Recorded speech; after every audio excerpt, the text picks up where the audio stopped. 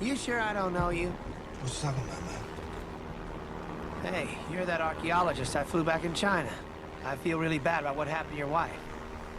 How do you know what happened to my wife? Hey! What the hell are you doing?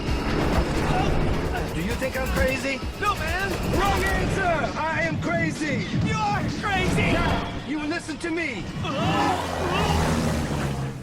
I'm really starting to like this guy. Me too. Who the hell hired you? What the hell are you doing, man?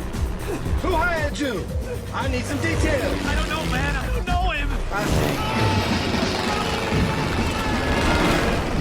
Don't kill me, man! What the hell do you want? I want Silo. Who the fuck's Silo? Well, let's try it again. How about Alex Fong? I don't know any Alex fucking Fong! Well, who hired you? It was a Chinese guy. The bird! What's his name? Tank Zilli. He hired me, man.